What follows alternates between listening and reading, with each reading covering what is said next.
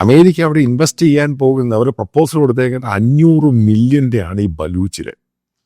ഏറ്റവും നല്ല ലിത്തിയം അതേപോലുള്ള സംഭവങ്ങളും ഇതൊക്കെ ഉള്ളൊരു സ്ഥലമാണ് ഈ ബലൂച്ച്. അതായത് വളരെ ഗ്ലോബലായിട്ട് നോക്കുവാണ്, റേറ്റിങ്ങിൽ നോക്കുവാണെങ്കിൽ ഏറ്റവും കൂടുതൽ മിനറൽസ് ഉള്ള സ്ഥലമാണ് ഈ ബലൂച്ചിൻ്റെ ആ ഏരിയ.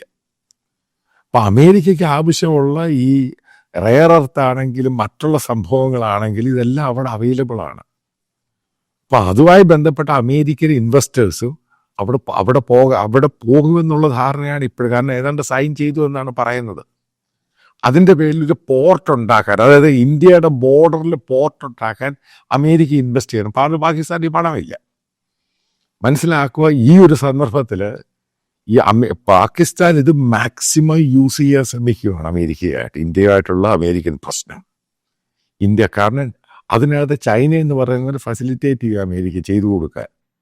അതായത് ചൈനയ്ക്ക് 1% പോലും ഇന്ത്യയെ വിശ്വാസമൊന്നുമില്ല.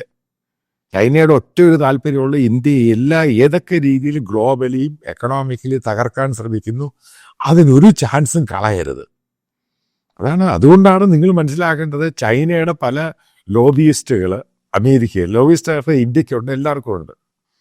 അവർ വന്നിരുന്ന ഏറ്റവും കൂടുതൽ ഇന്ത്യൻ ചാനലിലോ അമേരിക്കൻ ചാനലിലോ ഒക്കെ ട്രംപിനെതിരെ പറയുന്നത് അത് ബേസിക്കലി ഫണ്ടഡ് ബൈ ചൈനയാണ്. കാരണം ഇവിടെ ഇങ്ങനെ പ്രശ്നമുണ്ടായിരിക്കും. ഇന്ത്യൻ സോഷ്യൽ മീഡിയ, ഇവിടെ കുറച്ച് ചാനലോ അതിൻ്റെ തിരുന്ന് പറയുന്ന ആൾക്കാരും അവരുടെ റൂട്ടുകളെല്ലാം നോക്കിക്കണം, എങ്ങനെയാണ് റൂട്ടുകൾ.